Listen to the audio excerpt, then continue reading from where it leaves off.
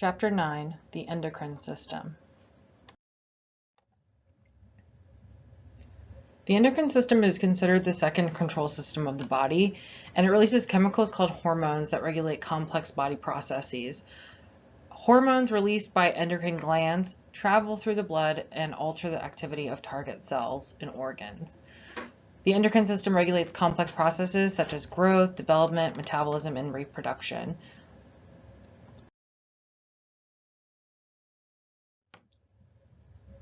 The endocrine system and hormone function. So compared to other organs in the body, the organs of the endocrine system are quite small.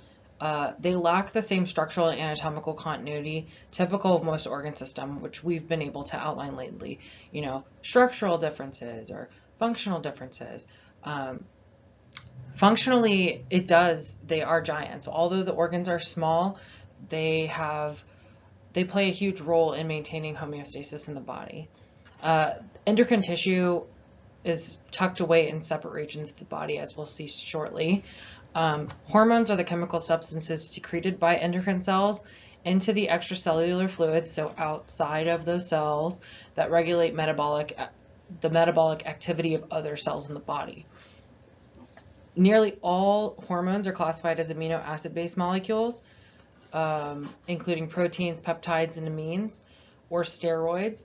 And kind of considered a third class is prostaglandins, that they're hormones that act locally, made with highly active lipids released from nearly all cell membranes.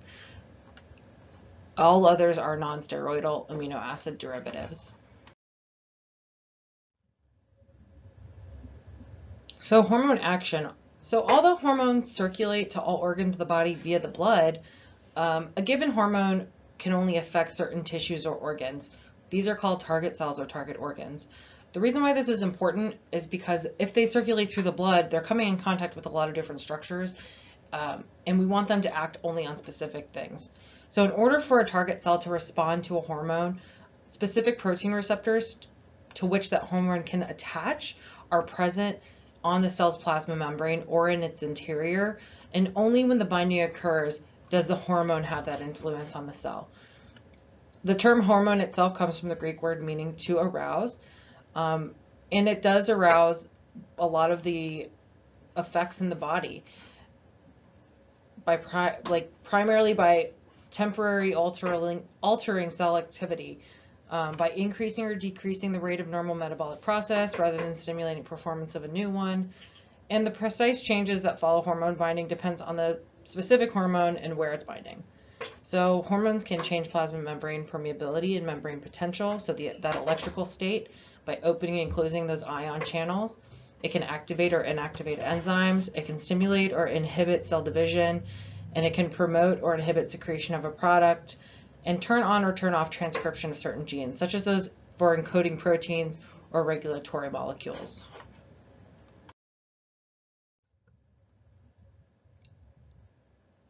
Now let's talk about direct gene activation and the second messenger system.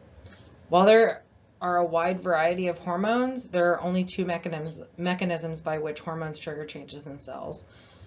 So steroid hormones and thyroid hormone can utilize this mechanism seen in image A, direct gene activation.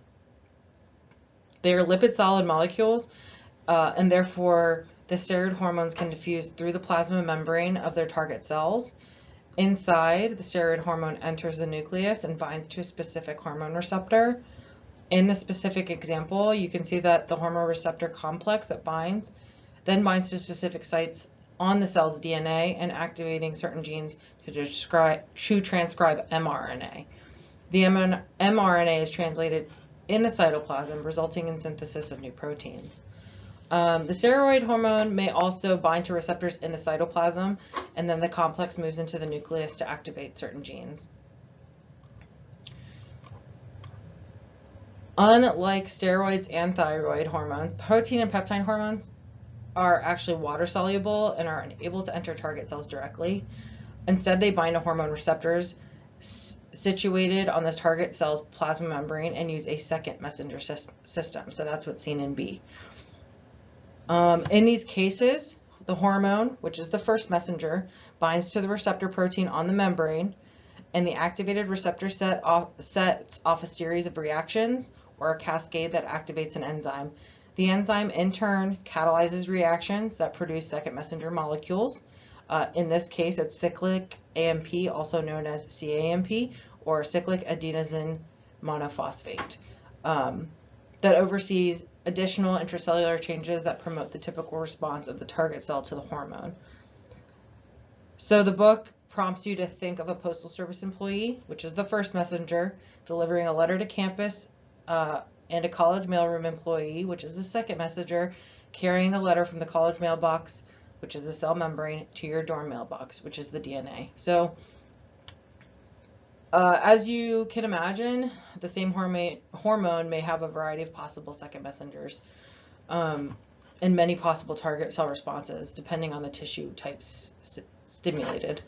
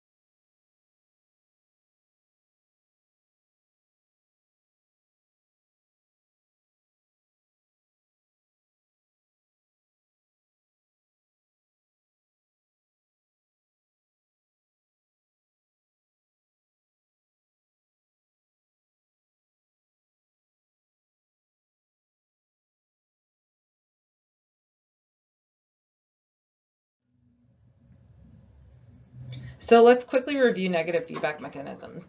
You should remember this from chapter 1, but negative feedback mechanisms are the chief means of regulating blood levels of nearly all hormones. In such systems, some internal or external stimulus triggers hormone secretion. That the rising level of that hormone will then inhibit further hormone release, right? So it's negative, even while promoting a response in the target organ. Blood levels of many hormones vary within a very narrow range.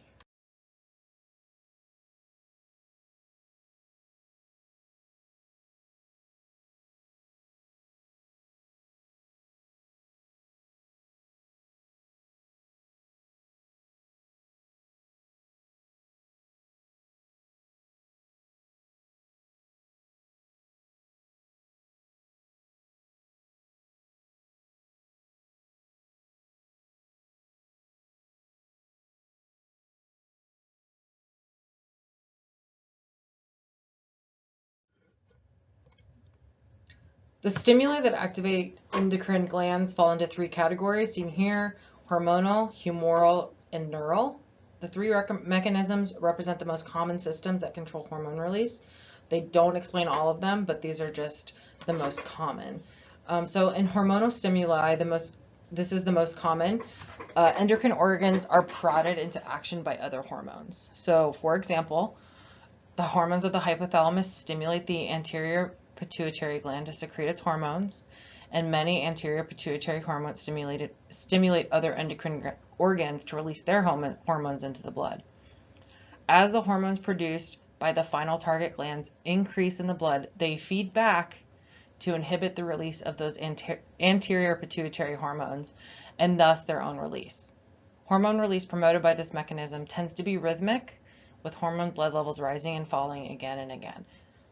So you could see how that could happen because that negative feedback, that anterior pituitary releases the hormones, the body indicates an increase in the hormones released by their target organs, and then the anterior pituitary stops releasing its hormones.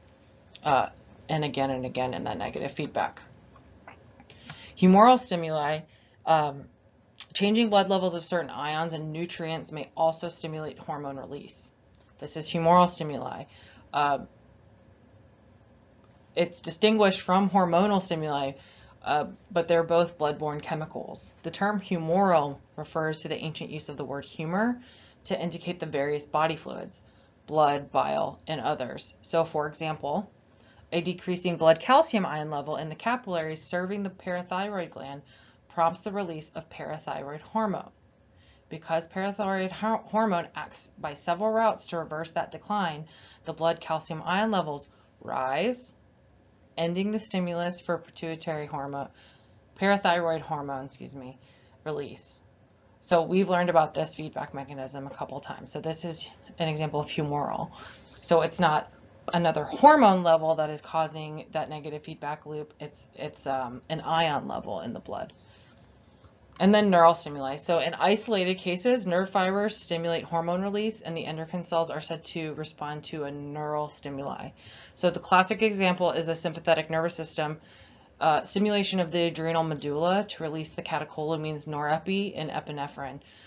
So norepinephrine, rather, during periods of stress. We'll talk about that a little further into the lecture.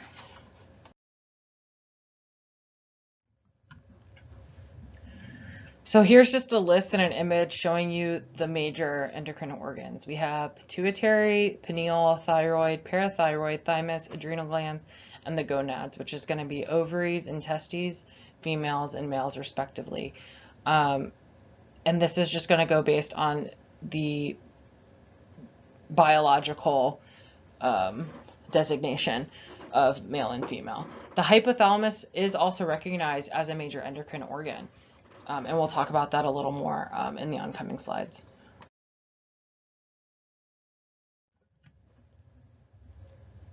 The pituitary gland and the hypothalamus. So the pituitary gland is approximately the size of a pea.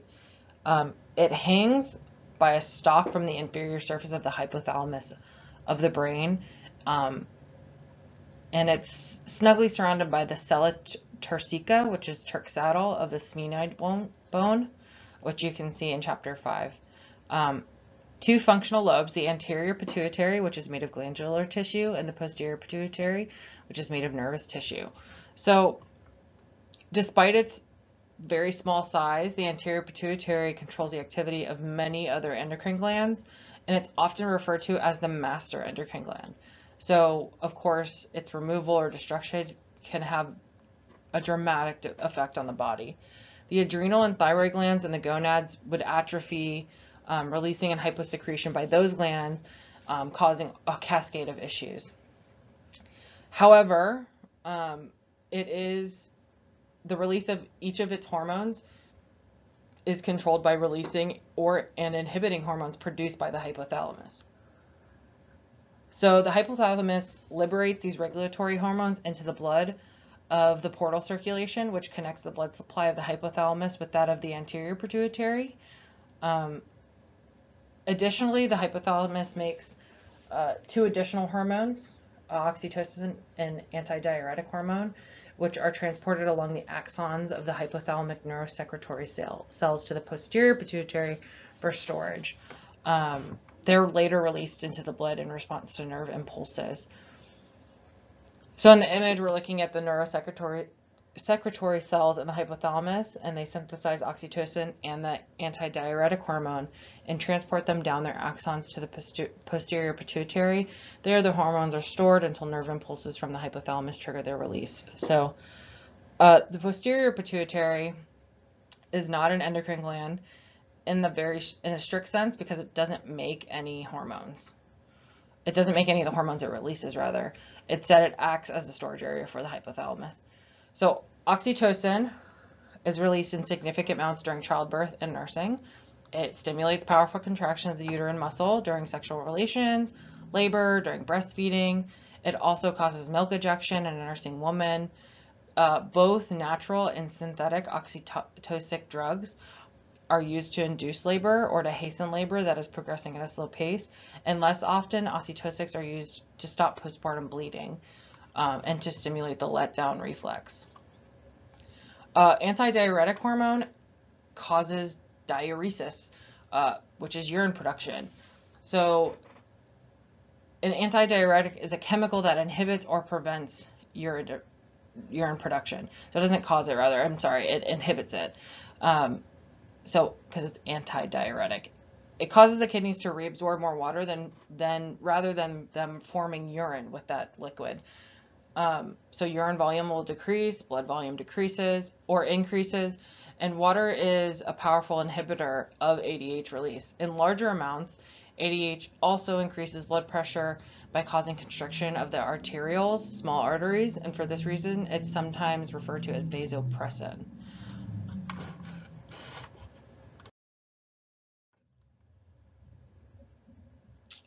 So the anterior pituitary produces several hormones that affect many body organs. So of the 6, growth hormone and prolactin exert their major effects on non-endocrine organs. And then the remaining 4, follicle stimulating hormone, FSH, luteinizing hormone, LH, thyrotropic hormone, and adenocorticotropic hormone are all considered tropic hormones. So tropic hormones stimulate their target organs, which are also endocrine glands, to secrete their hormones, and then which in turn exert their effects on other body organs and tissues.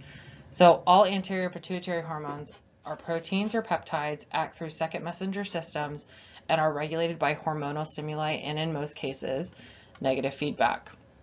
So growth hormone is a general metabolic hormone. Its major effects are directed to the growth of the skeletal muscles and the long bones of the body. Plays an important role in determining your final body size. It's protein sparing and anabolic, which causes the building of amino acids into proteins and stimulates most target cells to grow in size and divide. At the same time, it causes fat to be broken down and used for energy while it spares glucose, helping to maintain blood sugar homeostasis. Prolactin is a protein hormone structurally similar to growth hormone. It is also known, its only known target in the humans is the breast. So pro for lact, milk. So after childbirth, prolactin will stimulate and maintain milk production in the mother's breast. Its function in men is not known. And then the gonadotropic hormones regulate the hormonal activity of the gonads. So in women, FSH stimulates follicle development in the ovaries. As follicles mature, they produce estrogen, and eggs are ready for ovulation. In men, FSH stimulates sperm development by the testes. LH triggers ovulation of an egg from the ovary. So if somebody is testing to see if they're ovulating, if they're peeing on a stick, this is the hormone that it's looking for, is LH. In men, LH stimulates testosterone production by the interstitial cells of the testes. Thyrotropic hormone, also called thyroid stimulating hormone, TSH, influences the growth and activity of the thyroid gland. Adrenocorticotropic hormone, ACTH, regulates the endocrine activity of the cortex portion of the adrenal gland.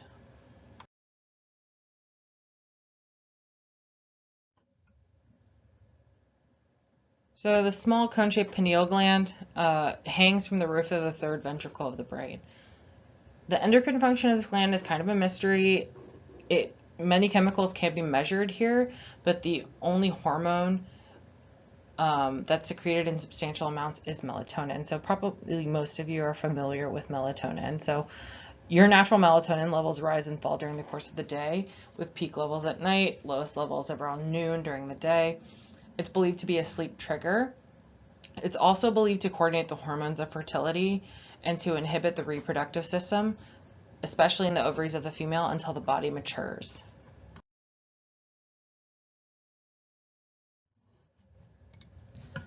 The thyroid gland. It's located at the base of the throat, just inferior to the Adam's apple, where it is easily palpated during a physical exam. And I'll show you guys in class how we do that. It's a fairly large gland consisting of two lobes joined by a central mass or isthmus. The thyroid gland makes two hormones, one called thyroid hormone and the other calcitonin, which is produced by the parafollicular cells. Internally, the gland is composed of hollow structures called follicles, which store sticky colloidal material. Thyroid hormone is derived from this colloid. Thyroid hormone, often referred to as the body's major metabolic hormone, is actually two active iodine-containing hormones, thyroxine, T4, and triiodothyronine, T3. Thyroxine is the major hormone secreted by thyroid follicles, and most T3 is formed at the target tissues by conversion of thyroxine to T3. These two hormones are very much alike. Each is construction from two tyrosine amino acids linked together, but thyroxine has 4 bonded iodine atoms, while T3 has 3. Thyroid hormone controls the rate at which glucose is burned or oxidized and converted into body heat and chemical energy, ATP. Because all body cells depend on continuous supply of ATP to power their activities, every cell in the body is a target. Thyroid hormone is also important for normal tissue growth and development, especially in reproductive and nervous tissues. The second important hormone product of the thyroid gland is calcitonin. So calcitonin decreases the blood calcium ion level by causing calcium to be deposited in the bones. So this is the opposite of the parathyroid hormone calcium ions, blood calcium level, negative feedback mechanism we've used. This is the calcium is far too high, so calcitonin will cause the calcium to be deposited into the bones. Whereas thyroxine is made and stored in follicles before it is released to the blood, calcitonin is made by the parafollicular cells found in the connective tissue between the follicles. It's released directly to the blood in response to increasing levels of blood calcium ions. Few effects of hypo and hypersecretion of calcitonin are known, and calcitonin production is meager or ceases entirely in adults. This may help explain progressive decalcification of bones that usually occurs with progressive aging. So here we see that picture of that hormonal control of the level of calcium ions in the blood by either, calcium levels are too high, calcitonin is secreted, and then calcitonin stimulates calcium salt deposits in the bone, or calcium is too low, parathyroid hormone is increased, and osteoclasts degrade bone matrix to release calcium ions into the blood. So let's talk a little bit about the parathyroid glands. There are tiny masses of glandular tissue most often found on the posterior surface of the thyroid gland. Typically, there are 2 parathyroid glands on each thyroid lobe, a total of 4 parathyroids because there's 2 lobes, but as many as 8 have been reported, and some may be in other regions of the neck or even the thorax. They secrete parathyroid hormone, which is the most important regulator of calcium ion homeostasis in the blood. So I already went through all that. I'm not going to tell you what the negative feedback mechanism is. We learned this in chapter 1. But it is the most important hormone and regulator period of calcium homeostasis in the blood. So your thymus is located in the upper thorax, posterior to the sternum. It's large in infants and children and decreases in size throughout adulthood. By old age, it's composed mostly of fibrous tissue, fibrous connective tissue, and fat. Produces the hormone called thymosin and others that appear to be essential for normal development of a special group of white blood cells called T lymphocytes and the immune response. We'll learn more about T lymphocytes and the specific type of white blood cell when we talk about the immune system later on in the semester.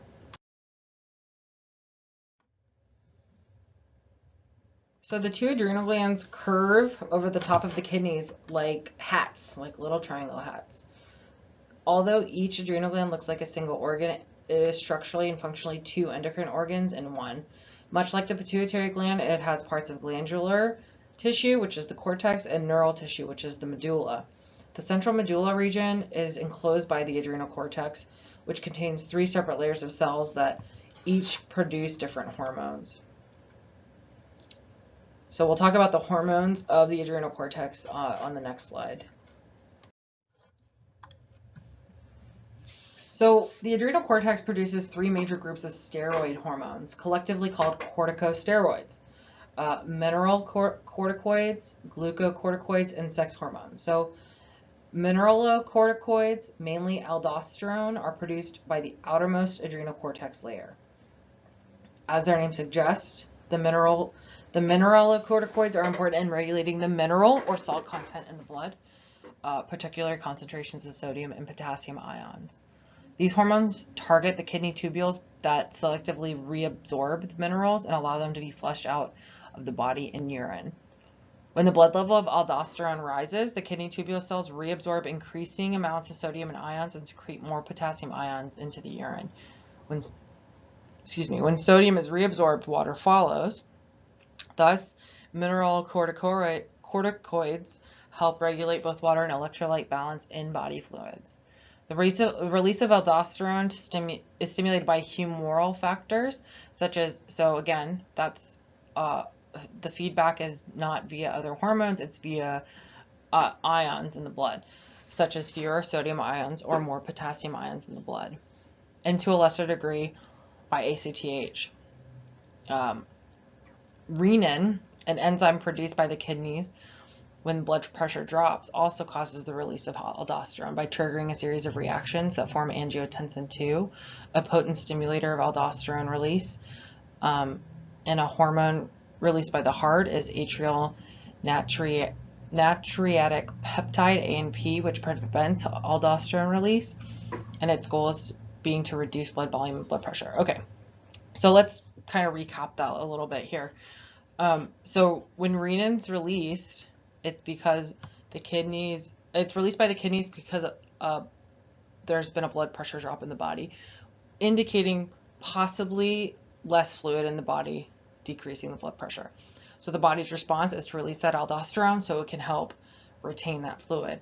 And on the other side of that, ANP, a very common hormone, a higher hormone level in somebody that has something like congestive heart failure, where they're fluid overloaded, it will prevent aldosterone release so the blood volume can be reduced. The middle cortical layer mainly produces glucocorticoids, which include cortisone and cortisol. Glucocorticoids promote normal cell metabolism and help the body to resist long-term stressors, primarily by increasing the blood glucose level. When blood levels of glucocorticoids are high, fats and even proteins are broken down by body cells and converted to glucose, which is released to the blood. For this reason, glucocorticoids are said to be hyperglycemic hormones. Glucocorticoids also seem to control the more unpleasant effects of inflammation by decreasing edema, and they reduce pain by inhibiting the pain-causing prostaglandins. Because of their anti-inflammatory properties, glucocorticoids are often prescribed as drugs to suppress inflammation for patients with things like rheumatoid arthritis. They are released from the adrenal cortex in response to a rising blood level of ACTH. In both men and women, the adrenal cortex produces both male and female sex hormones throughout life in relatively small amounts. The bulk of sex hormones produced by the innermost cortex are androgens, male sex hormones, but some estrogens, female sex hormones, are also formed.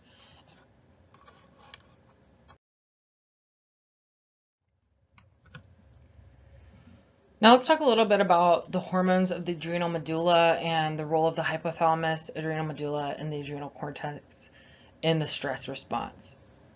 So the adrenal medulla, like the posterior pituitary, is a knot of nervous tissue. When the medulla is stimulated by the sympathetic nervous system, remember, fight or flight, its cells release 2 similar hormones, epinephrine, called adrenaline, and norepinephrine, or noradrenaline, and they release these into the bloodstream. Collectively, these hormones are called catecholamines. Because some sympathetic neurons are also release norepi as a neurotransmitter, the adrenal medulla is often thought of as a misplaced sympathetic nervous system ganglion. When you are or perceive a threat, physically or emotionally, your sympathetic nervous system brings about that fight or flight to help you cope with that situation. So one of the organs that's stimulated is the adrenal medulla, which pumps out its hormones into the bloodstream to enhance and prolong the effects of the neurotransmitters of the sympathetic nervous system. Catecholamines increase heart rate, blood pressure, blood glucose level, and dilate the small passageways of the lungs.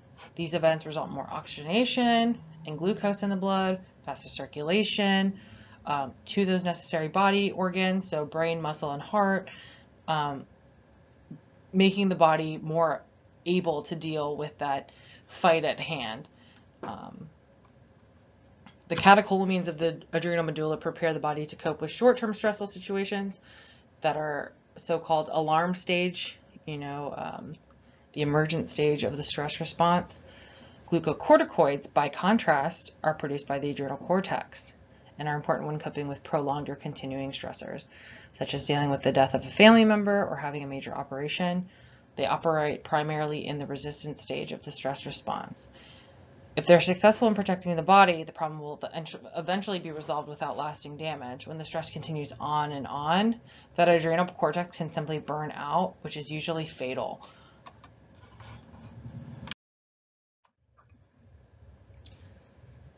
Now let's talk about the pancreas and the pancreatic islets.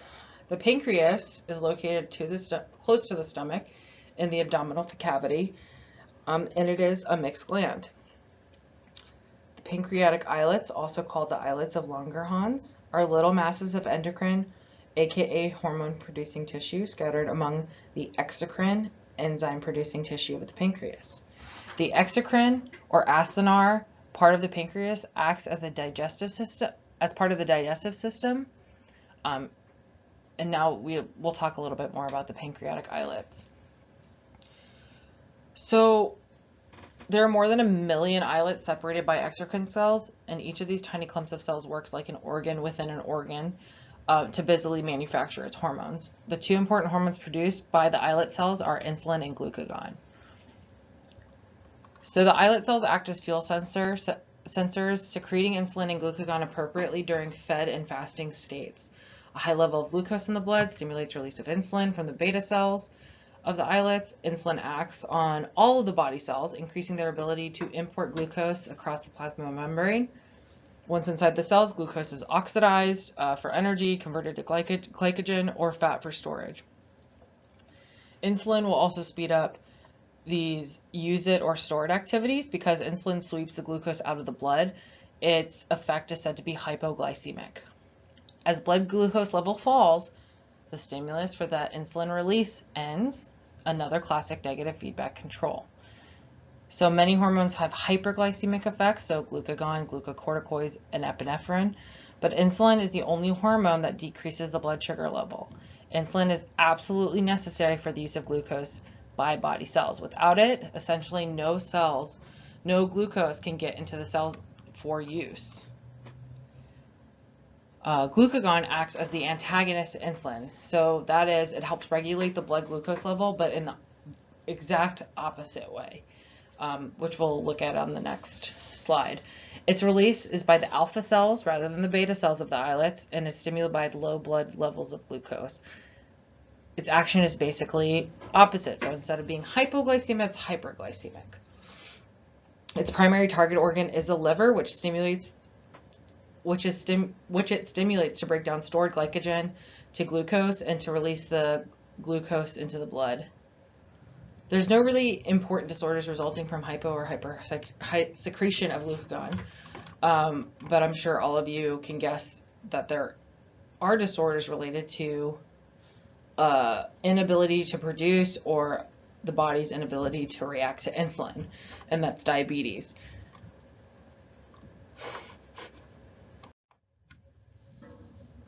So here's just the image showing the regulation of blood glucose levels by the negative feedback mechanism. So the top mechanism, you see there's elevated sugar in the blood. So the pancreas, the insulin secreting cells of the pancreas are activated to release that insulin into the body. Uptake of glucose from the blood is enhanced in most body cells. the liver takes up glucose and stores it as glycogen, and then the blood glucose falls back to that homeostatic point, and the stimulus to release that insulin is diminished. Going the other way, we have lower blood sugar levels. Glucagon-releasing cells of the pancreas are activated to release glucagon into the blood, which then acts on the liver, asks it politely to, convert its glycogen, that stored glycogen, into glucose, release it into the blood, and the blood goes back to homeostatic levels, blood sugar goes back to homeostatic levels, and then that process ceases.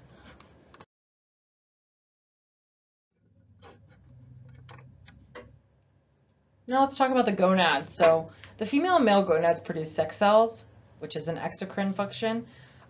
They also produce sex hormones that are identical to those produced by the adrenal cortex cells. So the major differences from the adrenal sex hormone productions are the source and relative amounts of the hormones produced. So the hormones are the ovaries. So female gonads are the ovaries. They produce eggs and estrogens and progesterone, which are steroid hormones. Estrogens are responsible for the development of the sex characteristics in women. Estrogens and progesterone promote breast development and cyclic changes of uterine lining, which is the menses, the period. During pregnancy, progesterone helps to relax the muscles of the uterus to prevent spontaneous abortion of the fetus and helps prepare the breast tissue for lactation. The hormones of the testes, and the male gonads are the testes, are charged with production of sperm and androgens, testosterone being the most important.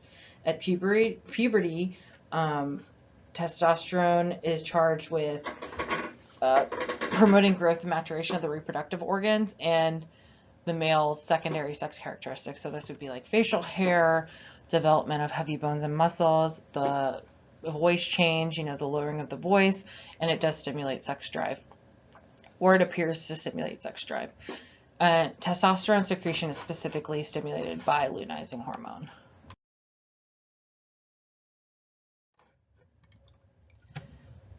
So I kind of summarized table 9.2 from your book for you. It's just other hormone producing tissues and organs. So we have prostaglandins that are derived from fatty acid molecules. The source is the plasma membranes of virtually all body cells. Stimulus for secretion is various. It could be local, irritation, hormones. Target organ and effects. It has many targets, but acts locally at the site of release. So an example would be increase in blood pressure by acting vasoconstrictors, cause constriction of respiratory passages, stimulate muscle of the uterus, promoting menstrual pain and labor, enhance blood clotting, promote inflammation and pain, etc., etc. I'll read a couple more of these, but I encourage you to go to your table 9.2 in the book. Gastrin is a peptide. Its source comes from the stomach. It is stimulated by food, and in the stomach it stimulates the glands to release hydrochloric acid, which helps to break down food. And then I'll do erythropoietin. It's a glycoprotein that is sourced from the kidney. The trigger, the stimulus for secretion is hypoxia or low oxygen level, and it stimulates the bone marrow to produce more red blood cells. So if you think about the trigger and the stimulus, so the trigger is hypoxia, low oxygen, and the effector is production of red blood cells. So the more red blood cells, the more oxygen is able to be carried throughout the body. Again, table 9.2 in your text.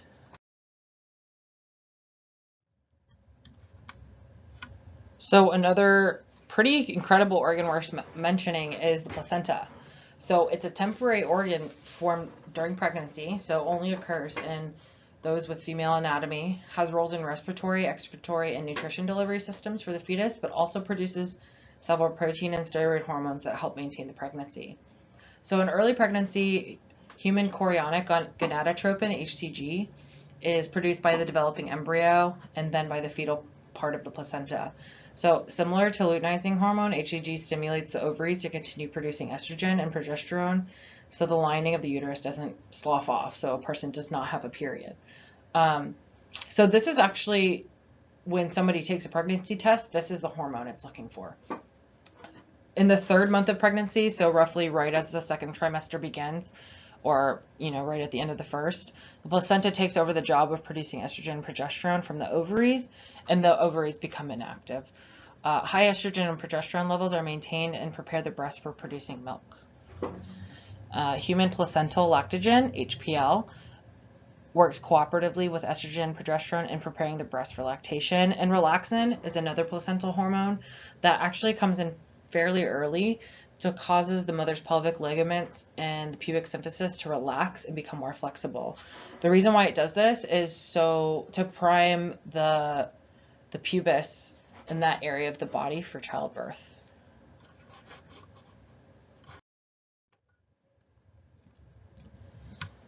So embryonic development of the endocrine system varies. The pituitary gland is derived from the epithelium of the oral cavity and a neural tissue projection of the hypothalamus. Pineal gland is entirely neural tissue, so it's really just dependent on what tissue it's derived from and when that tissue or those organ systems are developing in the embryo. Barring major malfunctions, endocrine glands seem to operate smoothly into old age. Their overall efficiency does decline as a whole, and this might explain why muscle atrophy happens, why elderly persons are less able to resist stress and infection. Also, in late middle age, the efficiency of the ovaries begins to decline until it stops, and that's called menopause. During this period, a woman's reproductive organs begin to atrophy and the ability to bear children ends. Problems associated with estrogen deficiency begin to occur, such as arteriosclerosis, osteoporosis, decreased skin elasticity, changes in the operation of the sympathetic nervous system that result in hot flashes, fatigue, nervousness, mood changes such as depression. No such dramatic changes seen in men. Lucky ducks. In fact, many men remain fertile throughout their lifespan, indicating that testosterone is still being produced in adequate amounts. Any questions, comments, or concerns, please feel free to let me know.